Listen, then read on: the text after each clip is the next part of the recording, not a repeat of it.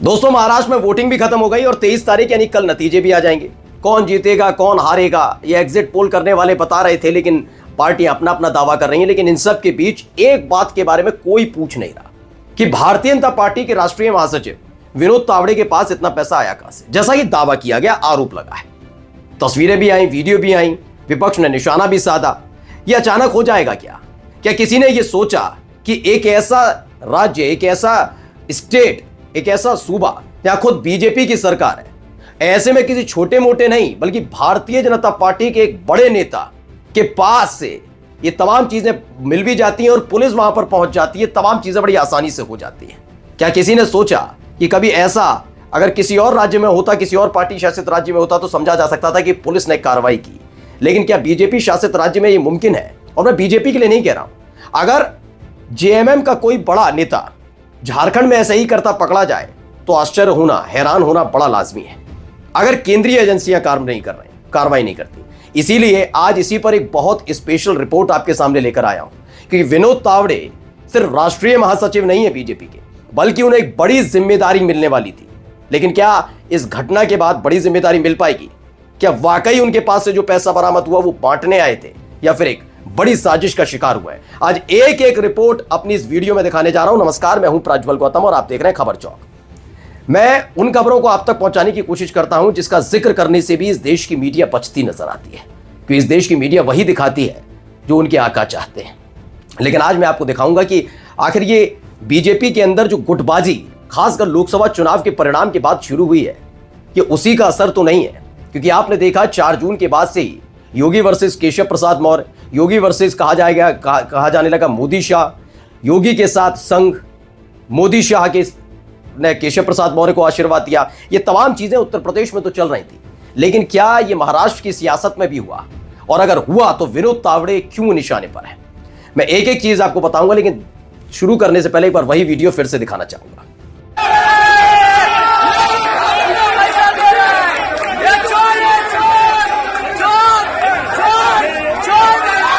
तो विनोद तावड़े इसमें बैठे हुए नजर आ रहे हैं। वैसे मैंने आपको पहले खबर दिखा दी है, लेकिन इस खबर का मूल जो है वो अब खबर में इस वीडियो में दिखाने आपको जा रहा हूं। दरअसल पहले समझिए, केपी मलिक हैं, उन्होंने एक बात लिखी है और उसको बड़ी शालीनता के साथ, तथ्यों के साथ आपको समझाऊंगा।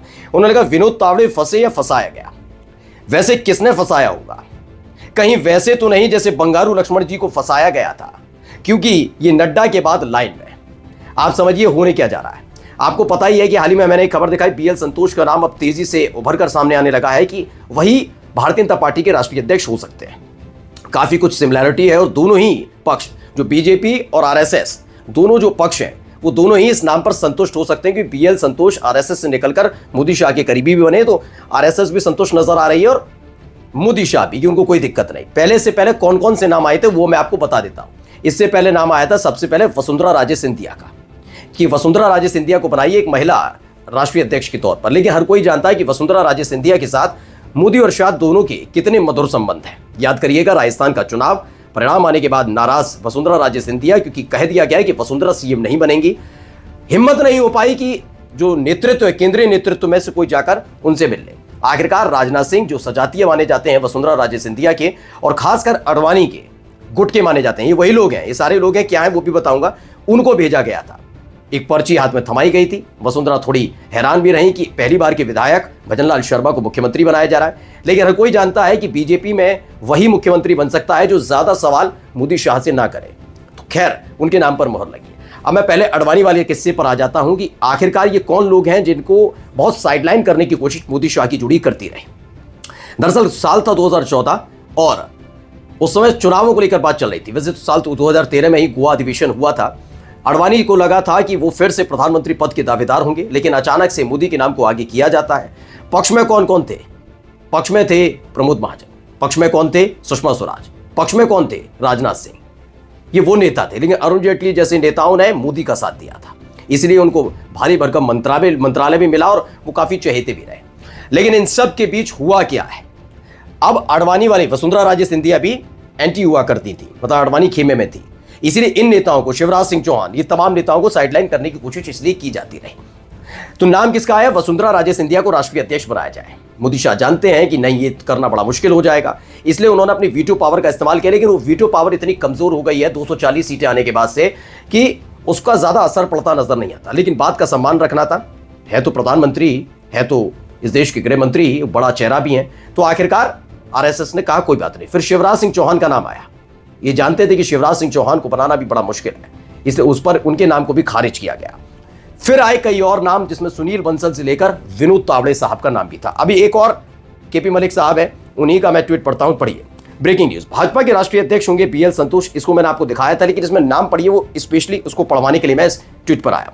पिछले काफी समय से चर्चा चल रही है संजय जोशी या वसुंधरा राजे, ये दो नाम आए थे कि वसुंधरा राजे या संजय जोशी। और देखिए, इसे संयोग कहिए या प्रयोग कि वसुंधरा राजे सिंधिया के साथ जितने मधुर संबंध मोदी शाह के हैं, वैसे ही मोदी के मधुर संबंध संजय जोशी के साथ भी हैं। संजय जोशी गुजरात की सियासत में एक बड़ा नाम हुआ करते थे, कभी एक वक्त में दोस्त माने जाते थे, करीबी माने जाते थे मोदी के। लेकिन राजनीतिक हालात ऐसे बने कि संजय जोशी की वजह से ही आखिरकार मोदी को बाहर भेजा गया। यूं कहा जाए संजय जोशी को बाहर भेजा गया, मतलब एक टकराव बहुत देखने को मिला। इसलिए संजय जोशी आरएसएस के तो करीबी हैं, लेकिन वो मोदी के करीबी नहीं है, इसलिए इनके नाम को भी खारिज करने की कोशिश की जाती रही। लेकिन ये जग जाहिर है कि वसुंधरा राजे और संजय जोशी दोनों ही मोदी और शाह के घोर विरोधी माने जाते हैं। लिहाजा मोदी और संघ के बीच इस प्रस्ताव पर सहमति नहीं बन पा रही थी। अब क्या हुआ, इसके बाद क्या हुआ? उसके बाद कई अन्य नामों पर भी विचार हुआ, जिनमें शिवराज सिंह चौहान, जिनका मैंने जिक्र कर दिया, सुनील बंसल, जिनका मैंने जिक्र कर दिया, और फिर आए विनोद तावड़े, आदि तावड़े। इन आदि नामों पर संघ ने सहमति नहीं दी, यानी ये चाहते थे कि विनोद तावड़े बने। अब सवाल मैं ये नहीं उठा रहा हूं कि उन्होंने किया या इन्होंने किया, मैं फिर वही सवाल पर लौट कर आऊंगा। क्या इस दौर में जब एक नेता, मतलब जो बीजेपी में नहीं है, बीजेपी के सहयोगी दलों में नहीं है, वो घनघोर भ्रष्टाचारी और घोटालेबाज होते हैं, उनको चक्की पिसवाने का दावा किया जाता है कि जेल में चक्की पिसवाई जाएगी, जेल में ठूस देंगे, ये हो जाएगा, वो हो जाएगा। लेकिन ऐसा क्या होता है कि जैसे ही वो बीजेपी के साथ आते हैं तो वो ना घोटालेबाज रहते हैं, ना भ्रष्टाचारी, और उनके केस अचानक से बंद होने लग जाते हैं। जब ये सब होता है तो क्या आप मान सकते हैं कि बीजेपी शासित राज्य में बीजेपी के एक बड़े चेहरे, एक बड़े नाम के खिलाफ ये कार्रवाई हो सकती है? ये वो भी तब जब ये लगातार दावा किया जा रहा था कि महाराष्ट्र में बीजेपी फंसी हुई है। मानकर चलिए, मैं विपक्ष के आरोपों को थोड़ा बड़ा करता हूं। विपक्ष कहता है ये पैसा वोटर्स में बंटवाने के लिए लाया गया था। तो क्या बीजेपी खुद चाहेगी कि वो पकड़वा दे विनोद तावड़े को? नहीं ना। यानी अंदर खाने कोई ना कोई खेल हुआ है। जब वो बीजेपी की मंशा को पूरा, विपक्ष के मुताबिक, आरोप के मुताबिक, जब वो विपक्ष की बीजेपी की मंशा को पूरा करने गए, तो आखिर ऐसा क्या है कि बीजेपी शासित राज्य में ही उनकी वीडियोस भी सामने आ जाती हैं, तस्वीरें सामने आ जाती हैं, और वो फंस जाते हैं।